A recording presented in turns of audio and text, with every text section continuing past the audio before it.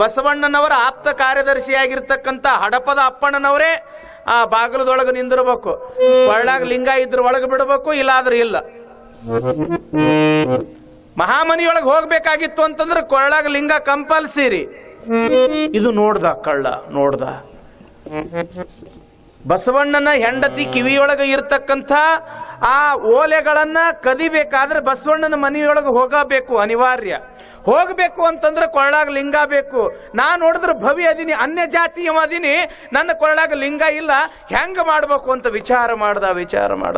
ಒಂದು ತೀರ್ಮಾನಕ್ಕೆ ಬಂದ. ಒಂದು ಕೆಂಪು ಟವಲ್ ತಗೊಂಡ, ವಸ್ತ್ರ ತಗೊಂಡ, ಹಾದ್ಯಾಗ ಬಿದ್ದಿರ್ತಕ್ಕಂಥ ಒಂದು ಕಲ್ಲು ತಗೊಂಡು ಆ ವಸ್ತ್ರದಲ್ಲಿ ಹಿಂಗ ಗಂಟ ಹಾಕಿ ಕೊಳ್ಳಾಗ ಕಟ್ಕೊಂಡು ಬಂದ. ಹಡಪದಪ್ಪಣ್ಣವರು ಲಿಂಗಾನ ಇರ್ಬೇಕು ಅಂತ ತಿಳ್ಕೊಂಡು ನಡಿತಮ್ಮ ಒಳಗ ಅಂದ್ಬಿಟ್ರು. ಹಡಪದಪ್ಪಣ್ಣವರು ದಾಸೋಹದೊಳಗ ಪ್ರಸಾದ ಮಾಡ್ದ. ಮಧ್ಯಾಹ್ನನ ಹೋಗಿದ್ದ. ಅಂತೂ ಇಂತು ಸಾಯಂಕಾಲ ಆತು, ರಾತ್ರಿ ಆತು. ರಾತ್ರಿನೂ ಪ್ರಸಾದ ಮಾಡ್ದ. 9-9:30 ಸಮಯ. ಈಗೆಲ್ಲ ನೀವು ರಾತ್ರಿ 11-12 ತನ ಜಾಗರಣೆ ಮಾಡ್ತೀರಿ. ಯಾಕೆ? ಟಿವಿ. ಅವಾಗಿನ ಟಿವಿ ಇದ್ದಿದ್ದಿಲ್ಲ, ಏನಿದ್ದಿದ್ದಿಲ್ಲ. ಮೈ ತುಂಬಾ ದುಡಿತಿದ್ರು, ಕಣ್ಣು ತುಂಬಾ ನಿದ್ದೆ ಬರ್ತಿತ್ತು. 8-8:30 ಅನ್ನೋದ್ರೊಳಗ ಮಕ್ಕೊಂಡು ಬಿಡ್ತಿದ್ರು. ಹೌದಲ್ರಿ? ನಿಮ್ದು ಇನ್ನು 8-8:30 ಚಾ ನಡೆದಿರ್ತೈತಿ.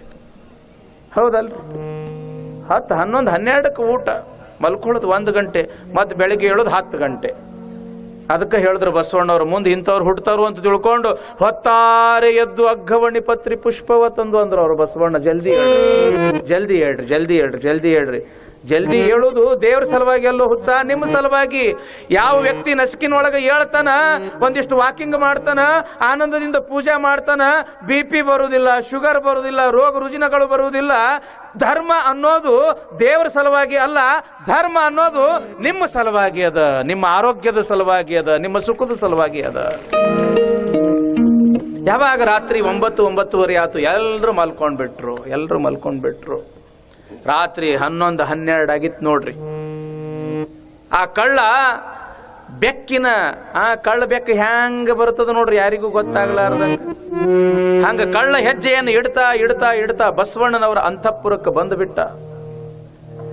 ವಿಶಾಲವಾಗಿರ್ತಕ್ಕಂಥ ಮಂಚದ ಮೇಲೆ ಬಸವಣ್ಣನವರು ಮಲ್ಕೊಂಡಿದ್ದಾರೆ. ಪಕ್ಕದೊಳಗ ಧರ್ಮ ಪತ್ನಿಯಾಗಿರ್ತಕ್ಕಂಥ ನೀಲಾಂಬಿಕೆ ತಾಯಿ. ಈ ಕಡೆ ಒಂದು ದೀಪ ಉರಿಯಾಕತ್ತದ. ಆ ದೀಪದ ಪ್ರಕಾಶದೊಳಗ ಆ ತಾಯಿಯ ಮುಖ ಚಂದ್ರನ ಹಾಗೆ ಪ್ರಕಾಶಮಾನವಾಗಿ ಬೆಳಗುತ್ತಾದ. ಕಿವಿಯಲ್ಲಿರ್ತಕ್ಕಂಥ ಓಲೆಗಳಂತೂ ಹಂಗ ಮಿರಿ ಮಿಂಚಾಕತ್ತಾವ. ಯಾವಾಗ ಓಲೆಗಳು ಮಿಂಚಾಕತ್ತವ, ಹತ್ತಿರ ಬಂದ ನೋಡಿ ಒಂದು ಕ್ಷಣ ಅವನು ಕೂಡ ತನ್ನನ್ನು ತಾನು ಮರ್ತಂಗಾತು. ನನ್ನ ಹೆಂಡತಿ ಬೇಡಿದ್ರೊಳಗ ಏನು ತಪ್ಪಿಲ್ಲ ಅಂದ. ಯಾಕ? ಇಂಥ ಸುಂದರವಾಗಿರ್ತಕ್ಕಂಥ ಓಲೆಗಳನ್ನ ನಾನು ಎಲ್ಲೂ ನೋಡಿಲ್ಲ, ಬಿಡಬಾರ್ದು ಅಂತ ತಿಳ್ಕೊಂಡು ಹಗರ ಒಂದು ಬಿಚ್ಕೊಂಡ.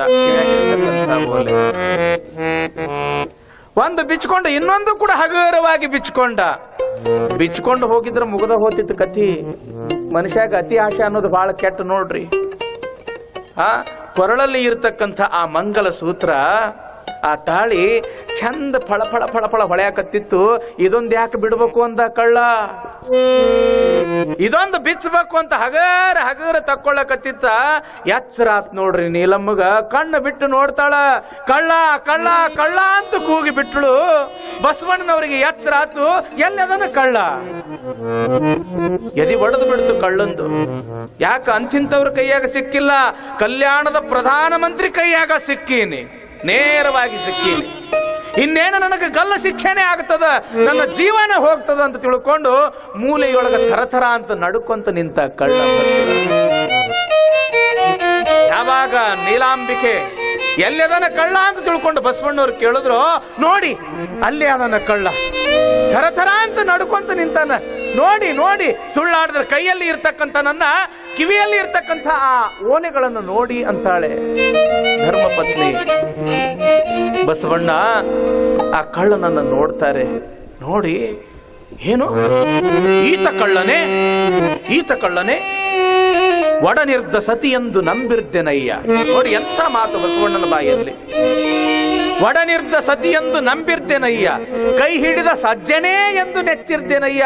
ಅಯ್ಯೋ ಎನ್ನಯ್ಯನ ಕೈ ನೊಂದೀತು, ತೆಗೆದುಕೊಡು ಎಲ್ಲ ಚಾಂಡಾಲಗಿತ್ತಿ. ಕಳ್ಳನ ಮನೆಗೊಬ್ಬ ಬಲುಗಳ್ಳ ಬಂದರೆ ಕೂಡಲ ಸಂಗಮನಲ್ಲದೆ ಮತ್ತಾರು ಮರುಳೆ ಮತ್ತ. ಕೊಟ್ಟು ಬಿಡು.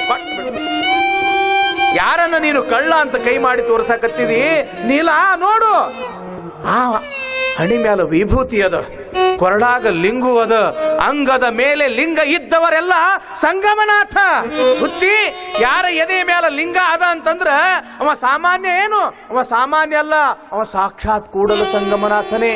ಅಂಗದ ಮ್ಯಾಲ ಲಿಂಗ ಇದ್ರು ಸಾಕು, ಅವ ಸಾಕ್ಷಾತ್ ಪರಮಾತ್ಮ ಇದ್ದಂಗ. ಅಂಥವ್ನಿಗೆ ಕಳ್ಳ ಅನ್ನಕತ್ತಿದಿ? ಅವ ಕಳ್ಳ ಅಲ್ಲ, ನಾವು ಕಳ್ಳರು. ಅಂಥವ್ರಿಂದ ಬದುಕ್ತಕ್ಕಂಥವ್ರು ನಾವು ದೊಡ್ಡ ಕಳ್ಳು. ಪರಮಾತ್ಮನಿಂದ ಬದುಕ್ತಕ್ಕಂಥವ್ರು ನಾವು. ಆ ಕಾರಣಕ್ಕಾಗಿ ತೆಗೆದುಕೊಡು, ಎಲ್ಲ ತೆಗೆದುಕೊಡು. ಏನು ಬೇಕು ತೆಗೆದುಕೊಡು. ಇಲ್ರಿ ಮಂಗಲಸೂತ್ರ ಜಕ್ಕೊಳ್ಳಕತ್ತಿ, ತೆಗೆದುಕೊಡು. ಅಲ್ರಿ ಅದು ಮಂಗಲಸೂತ್ರ, ನಾನಾ ಜೀವಂತ ಅದೀನಿ, ಅದು ತಗೊಂಡು ಏನು ಮಾಡ್ತೀವಿ? ಒಂದು ಅರಟ ಕೊಂಬು ಕಟ್ಕೊಂಡ್ರೆ ಸಾಕದು ಮಂಗಲಸೂತ್ರ ಅನ್ಸ್ಬೇಕು. ಎಂಥ ದೊಡ್ಡ ಗುಣ ರೀ ಬಸವಣ್ಣನಲ್ಲಿ.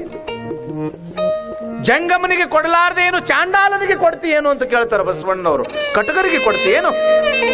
ಜೀವ ಹತ್ಯೆಯನ್ನು ಮಾಡ್ತಕ್ಕಂಥ ಕಟುಕರಿಗೆ ಕೊಡ್ತೀಯೇನು? ಇಲ್ಲಿ ಚಾಂಡಾಲ ಗಿತ್ತಿ ಅನ್ನೋದು ಬೈಗಳಲ್ಲ, ಇದು ಬಹಳ ಲಕ್ಷ್ಯ ಕೊಟ್ಟು ಕೇಳಬೇಕು. ತೆಗೆದುಕೊಡು ಎಲ್ಲ ಚಾಂಡಾಲಗೆ ಇತ್ತಿ. ಚಾಂಡಾಲ ಅಂತಂದ್ರ ಕಟುಗರು, ಇತ್ತಿ ಅಂತಂದ್ರ ಕೊಡ್ತಿ ಏನು ಅಂತ ಅರ್ಥ. ಬಹಳ ಜನ ಬಸವಣ್ಣ ಹೆಂಡತಿಗೆ ಚಾಂಡಾಲಗಿತ್ತಿ ಅಂತ ಹೇಳಿ ಬೈತಿದ್ದ ಅಂತ ತಿಳ್ಕೊಂಡು ಹಿಂಗೊಂದಿಟ್ಟು ಅಪಾರ್ಥ ಮಾಡ್ಕೊಳ್ತಾರ. ಅದು ಹಂಗಲ್ಲ. ಬಸವಣ್ಣನ ಬಾಯಿಯೊಳಗ ಎಂದೂ ಬೈಗಳು ಬರಕ್ ಸಾಧ್ಯನೇ ಇಲ್ಲ. ಚಾಂಡಾಲಗೆ ಇತ್ತಿ. ಜಂಗಮರಿಗೆ ಕೊಡ್ಲಾರ್ದೆ ಏನು ಕಟಗರಿಗೆ ಕೊಡ್ತೇನು ಅಂತ ತಿಳ್ಕೊಂಡು ಹೆಂಡತಿಗೆ ಬೈತಾರ ಅವ್ರು. ಕಳ್ಳನ ಮನೆಗೊಬ್ಬ ಬಲುಗಳ್ಳ ಬಂದರೆ ಕೂಡಲ ಸಂಗಮನಲ್ಲದೆ ಮತ್ತಾರು. ಅಂಗದ ಮೇಲೆ ಇರ್ತಕ್ಕಂಥ ಲಿಂಗವನ್ನ ನೋಡಿದ್ರೆ ಗೊತ್ತಾಗ್ತದ ಬಂದಿರ್ತಕ್ಕಂಥವನು ಜಂಗಮ ಸಾಮಾನ್ಯನಲ್ಲ, ಆತ ಸಂಗಮನಾಥ. ಮೊದಲು ತೆಗೆದುಕೊಡು ಅಂತಾನ ಬಸವಣ್ಣ.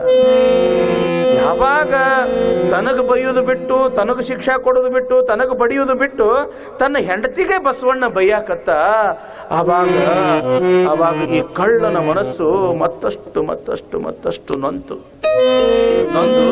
ಓಡ್ಕೊಂತ ಬಂದು ಬಸವಣ್ಣನ ಪಾದ ಹಿಡಿದು, ಅಯ್ಯ ಬಸವ, ಭಕ್ತಿ ಭಾಂಡಾರಿ ಬಸವಣ್ಣ, ನನಗೆ ಬಡಿ, ನನಗೆ ಮರಣ ದಂಡನೆಯನ್ನು ಕೊಡು. ನಾ ಬ್ಯಾಡ ಅನ್ನೋದಿಲ್ಲ, ಆದ್ರ ನನ್ನ ಸಲುವಾಗಿ ನಮ್ಮವ್ವ ನೀಲಮ್ಮನ ಬೈಯಕತ್ತಿಯಲ್ಲಪ್ಪ. ನಿನ್ನ ಧರ್ಮ ಪತ್ನಿ ಆಗಿರ್ತಕ್ಕಂಥ ನೀಲಾಂಬಿಕೆಯ ಮೇಲೆ ಸಿಟ್ಟು ಮಾಡಕತ್ತಿದೆಯಲ್ಲ. ಹೌದು, ಆ ತಾಯಿ ಹೇಳಿದ ಹಾಗೆ ನಾನೊಬ್ಬ ಕಳ್ಳನೇ. ನಾನು ಜಂಗಮನೂ ಅಲ್ಲ, ನಾನು ಸಂಗಮನೂ ಅಲ್ಲ, ನಾನೊಬ್ಬ ಕಳ್ಳ ಇದ್ದದ್ದು ನಿಜಾನೇ. ನೋಡು, ಸುಳ್ಳಾಡಿದ್ರ ನಿನ್ನ ಮನೆಯೊಳಗ ಕೊಳ್ಳಾಗ ಲಿಂಗ ಯಾರಿಗೆ ಇಲ್ಲ, ಅವರಿಗೆ ಪ್ರವೇಶ ಇಲ್ಲ ಅಂತ ತಿಳ್ಕೊಂಡು ಹಾದಿಯಲ್ಲಿ ಬಿದ್ದ ಆ ಒಂದು ಕಲ್ಲನ್ನ ಕಟ್ಕೊಂಡು ಬಂದಿನಿ. ಸುಳ್ಳಾಡಿದ್ರ ನೋಡು ಅಂತ ತಿಳ್ಕೊಂಡು ಬಟ್ಟೆಯಲ್ಲಿ ಕಟ್ಟಿರ್ತಕ್ಕಂಥ ಕಲ್ಲ ಹಿಂಗ ತೆರೆದು ತೋರಿಸ್ಲಿಕ್ಕೆ ಹೋಗ್ತಾನ. ಕಲ್ಲು ಇದ್ದಿದ್ದು ಲಿಂಗು ಆಗಿಬಿಟ್ಟಿತ್ತು. ಯಾವಾಗ ಬಸವಣ್ಣನ ಆ ದೃಷ್ಟಿ ಕಲ್ಲಿನ ಮೇಲೆ ಬಿದ್ದಿದ್ದೆ ತಡ, ಕಲ್ಲ ಲಿಂಗು ಆಗಿಬಿಡ್ತು. ಆವಾಗ ಬಸವಣ್ಣ ಅಂತಾನ, ಯಪ್ಪ ಎಂಥ ಪುಣ್ಯಾತ್ಮಪ್ಪ ನೀನು. ಎಷ್ಟೋ ಜನ ಲಿಂಗವಂತರು, ಎಷ್ಟೋ ಜನ ವೀರಶೈವರು ಒಳ್ಳಾಗಿರ್ತಕ್ಕಂಥ ಲಿಂಗಾನ ಕಲ್ಲಂತ ತಿಳ್ಕೊಂಡು ಗೂಟಕ್ಕೆ ಹಾಕವರದಾರು. ಕೊಳ್ಳಾಗಿರ್ತಕ್ಕಂಥ ಲಿಂಗಾನ ಕಲ್ಲಂತ ತಿಳ್ಕೊಂಡು ಎಲ್ಲೇ ಎಸೆಯವರದಾರೋ ಅಂಥದ್ರೊಳಗ ಹಾದಿಯಲ್ಲಿ ಬಿದ್ದಿರ್ತಕ್ಕಂಥ ಕಲ್ಲನ್ನ ಲಿಂಗ ಅಂತ ಕಟ್ಕೊಂಡು ಬಂದಿಯಲ್ಲ, ನೀ ಸಾಮಾನ್ಯ ಅಲ್ಲಪ್ಪ, ನೀನಾ ಸಂಗಮ ಅಂತ ತಿಳ್ಕೊಂಡು ಮತ್ತೆ ನಮಸ್ಕಾರ ಮಾಡ್ತಾರ ನೋಡ್ರಿ ಬಸವಣ್ಣವ್ರು. ಹೌದಲ್ಲ? ಬಸವಣ್ಣ ಹೇಳ್ದಂಗ ಆಗಕತ್ತೈತಿ. ಹೌದಲ್ಲ ಪರಿಸ್ಥಿತಿ? ತಮ್ಮ ನೀವ್ಯಾರೋ ಅಜ್ಜವ್ರ ನಾವು ಲಿಂಗಾಯತ್ತರ್ರಿ, ಸಿಟ್ಟು ತಿಳ್ಕೋಬೇಡ್ರಿ, ಇದ್ದದ್ದು ಹೇಳ್ತೇನೆ. ಬೈಯೋದಿತ್ತಂದ್ರೆ ಎದ್ರ ಬಂದು ಬೈರಿ, ಬೈಸ್ಕೋತೀನಿ. ಸ್ವಾಮಿನ ಕೆಂಪು ಬಟ್ಟಿನ ಹಾಕ್ಕೊಂಡೀನಿ. ಯಾರೋ ತಮ್ಮ ಅಜ್ಜೋರ್ ನಾವು ಲಿಂಗಾಯತ್ತರ್ರಿ. ತಮ್ಮ ಲಿಂಗಾರೋ ಕೇಳಬೇಡ್ರಿ ಅಂತ ಕೇಳಕ್ಕ ಹೋಗ್ಬೇಡ್ರಿ. ಎಲ್ಲೈತಿ ಗೂಟಕ್ಕೈತಿ, ಎಲ್ಲೈತಿ ಅಡಕಲ್ ಗಡಿಗೆಗೈತಿ, ಎಲ್ಲೈತಿ ನಂಗೆ ಗೊತ್ತಾ ಇಲ್ಲ. ಹೆಸರಿಗ ಲಿಂಗಾಯತ್ತರು. ಒಬ್ಬ ಬ್ಯಾಟಿಗಾರ ಹುಲಿನ ಕೊಲ್ಲಬೇಕು ಅಂತ ಕಾಡಿಗೆ ಹೋದ, ದಟ್ಟ ಕಾಡಿಗೆ ಹೋದ. ಒಬ್ಬ ಬ್ಯಾಡ್ರು ಬ್ಯಾಟಿ ಆಡಬೇಕು ಅಂತ ತಿಳ್ಕೊಂಡು ದಟ್ಟವಾದ ಕಾಡಿಗೆ ಹೋದ, ಹುಲಿನ ಕೊಲ್ಲಬೇಕು ಅಂತ ತಿಳ್ಕೊಂಡು. ಘೋರವಾದ ಅರಣ್ಯ ಹೊಕ್ಕ ಮೊದಲ ಹುಲಿ ಇರ್ತಕ್ಕಂಥ ಕಾಡದು, ಜಂಗಲ್ಲದು. ಎದುರಿಗೆ ಒಂದು ಹುಲಿ ಬಂದ ಬಿಡ್ತು. ಇನ್ನೇನು ಆ ಹುಲಿ ಇವನ ಕಡೆ ಬರಾಕತ್ತಿತ್ತು. ಇನ್ನು ಬಂದೂಕಿನಿಂದ ಅದನ್ನು ಕೊಲ್ಲಬೇಕು ಅಂತ ತಿಳ್ಕೊಂಡು ಹೆಗಲಿಗೆ ಹಾಕಿರ್ತಕ್ಕಂಥ ಆ ಬಂದೂಕ ತೆಗಿಬೇಕು ಅಂತಾನ ಬಂದೂಕ ಮನೆಯಾಗ ಬಿಟ್ಟು ಬಂದಾನ ಮರ್ತ್. ಬಂದೂಕ ಇಲ್ಲ. ಎದಿ ಒಮ್ಮ ಝಲ್ಲಂತು, ಎದಿ ಒಮ್ಮ ಝಲ್ಲಂತು. ಯಾಕ? ಅದು ನನ್ನ ಕಡೆ ಬರಾಕತ್ತದ, ನಾನರ ಕೊಲ್ಲಬೇಕು, ಇಲ್ಲಾದ್ರೆ ಅದು ನನ್ನ ಕೊಲ್ಲತ್ತದ. ಹೆಂಗಾರ ಮಾಡಿ ಜೀವ ಉಳಿಸ್ಕೋಬೇಕು ಅಂತ ತಿಳ್ಕೊಂಡು ಹಿಂಗ ಜೇಬ್ ಹಿಂಗ್ ಮುಟ್ಕೊಂಡು ನೋಡ್ದ, ಏನೋ ಒಂದು ಕಾಗದ ಇದ್ದಂಗಿತ್ತು. ತೆಗೆದು ನೋಡ್ತಾನ, ಬಂದೂಕಿನ ಲೈಸೆನ್ಸ್ ಇತ್ತು. ಬಂದೂಕಿನ ಲೈಸೆನ್ಸ್ ಅದು ಕೈಯಾಗಿ ಹಿಡ್ದವನ, ಏ ಹುಲಿ ಬರಾಕ್ ಹೋಗ್ಬೇಡ ನನ್ನ ಕಡೆ, ಬಂದೆಂದ್ರೆ ನೋಡಿ ನೀನು ಕೊಂದ ಬಿಡ್ತೀನಿ, ಲೈಸೆನ್ಸ್ ಅದ ಲೈಸೆನ್ಸ್. ಅವಾಗಂತದು ಹುಲಿ, ಲೇ ಮುಂಡೆ ಮಗನೇ,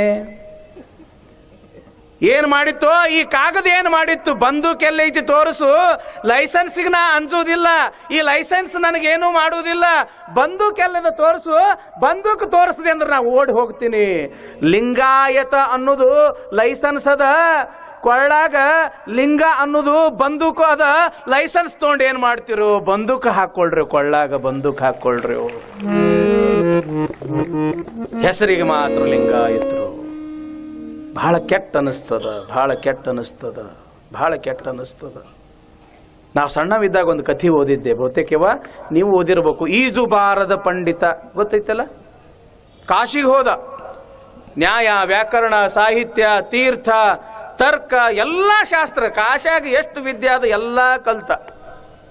ಹಿಂಗ ಮುನವಳ್ಳಿ ಅಂತ ಊರ ಅವಂದು ಎಲ್ಲ ಕಲ್ತು ಬಂದ. ಆ ಕಡೆ ಹೊಳಿ ತುಂಬಿ ಇತ್ತು.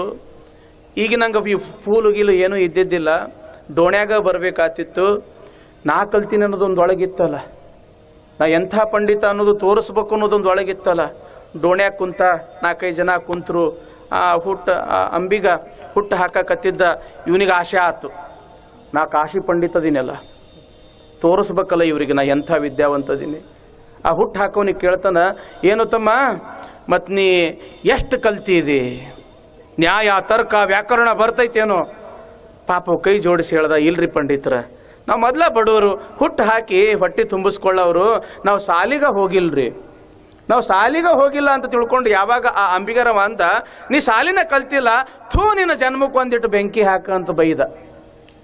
ಯಾರು? ಈ ಪಂಡಿತ. ಪಾಪ ಕಲ್ತಿದ್ದ ಇಲ್ಲ, ಪಾಪ ಬಡವ ಇದ್ದ, ಕಲ್ತವ ಅದನ್ನ ಬೈದ್ರ ಬೈಲಿ ಅಂತ ತಿಳ್ಕೊಂಡು ಸುಮ್ಮ ಆದ. ಯಾರು? ಹುಟ್ಟು ಹಾಕವ. ಏನು ಅಲ್ಲಿ 4-5 ಮಂದಿ ಕುಂತಿದ್ರಲ್ಲ, ಏನ್ರಪ್ಪ ನೀವೇನಾರ ಕಲ್ತಿರೇನು? ತರ್ಕ ಅಂದ್ರೆ ಗೊತ್ತದ ಏನು? ಸಾಹಿತ್ಯ ಅಂದ್ರೆ ಗೊತ್ತದ ಏನು? ಕಾವ್ಯ ಅಂದ್ರೆ ಗೊತ್ತದ ಏನು? ವ್ಯಾಕರಣ ಅಂದ್ರೆ ಗೊತ್ತದ ಏನು? ಛಂದಸ್ ಅಂದ್ರೆ ಗೊತ್ತದ ಏನು ಅಂತ ಕೇಳಾಕ್ ಶುರು ಮಾಡ್ದವ ಕಲ್ತಿದ್ದು. ಪಾಪ ಅವು ಅತ್ಯಂತ ಹಳ್ಳಿ ಜನ, ಮುಗ್ಧ ಜನ. ಇಲ್ರಿ ಪಂಡಿತರ, ಮತ್ ನಾವು ಅದೇನು ಕಲ್ತೇ ಇಲ್ಲ, ನೀವು ಕಲ್ತಿಲ್ಲ, ಥೂ ನಿಮ್ಮ ಜನ್ಮಕ್ಕೆ ಒಂದಿಟ್ಟು ಬೆಂಕಿ ಹಾಕ. ಪಾಪ ಬೈಸ್ಕೊಂಡು ಸುಮ್ ಕೂತ್ರು. ನಟ್ಟು ನಡಬರ್ಕ್ ಬತ್ತು ನೋಡ್ರಿ, ನಾವು ಡೋಣಿ ನಟ್ಟು ನಡಬರ್ಕ್ ಬತ್ತು, ತೂತು ಬಿದ್ದು ಬಿಡ್ತು. ಅವಾಗ ಹುಟ್ಟು ಹಾಕ ನಾವಿಕ ಅಂತನ ಇನ್ನೇನು ಒಂದು ಕ್ಷಣದೊಳಗೆ, ಸ್ವಲ್ಪ ಹೊತ್ತಿನೊಳಗೆ ಒಳಗೆ ನೀರೆಲ್ಲ ತುಂಬಿ ಡೋಣಿ ಮುಳುಗ್ತದ. ಯಾರ್ಯಾರಿಗೆ ಈಸ್ ಬರ್ತದ ಜಿಗದು ದಡ ಸೇರ್ಕೊಂಡು ಬಿಡ್ರಿ. ದಡ ದಡ ಎಲ್ಲರೂ ಜಿಗದ್ರು, ದಡ ದಡ ಎಲ್ಲರೂ ಜಿಗದ್ರು. ನಾವಿಕ ತಾನು ಜಿಗಿಬೇಕಂತ ನೀವು ಪಂಡಿತ್ ಹಿಂಗ ಕೂತಾನ. ಅಲ್ರಿ ಪಂಡಿತರ, ಮತ್ತೆ ಜಿಗಿರಿ. ಅಲ್ಲ ಖರೇಪ್ಪ, ನಾನು ಈಸಾಡುದ ಕಲ್ತಿಲ್ಲ. ಆವಾಗ ಹುಟ್ಟು ಹಾಕಮ್ ಹೇಳ್ದ, ನಿನ್ನ ನ್ಯಾಯ, ತರ್ಕ, ಶಾಸ್ತ್ರ, ವ್ಯಾಕರಣ ತಗೊಂಡು ಏನು ಸುಡುದದ? ಎಲ್ಲ ಕಲ್ತು ಸಣ್ಣ ಒಂದು ಈಸು ಕಲ್ತಿಲ್ಲ ಅಂತಂದ್ರ ಥೂ ನಿನ್ನ ಜನ್ಮಕ್ಕೆ ಒಂದಿಟ್ಟು ಬೆಂಕಿ ಹಾಕ, ಬೆಂಕಿ ಹಾಕ.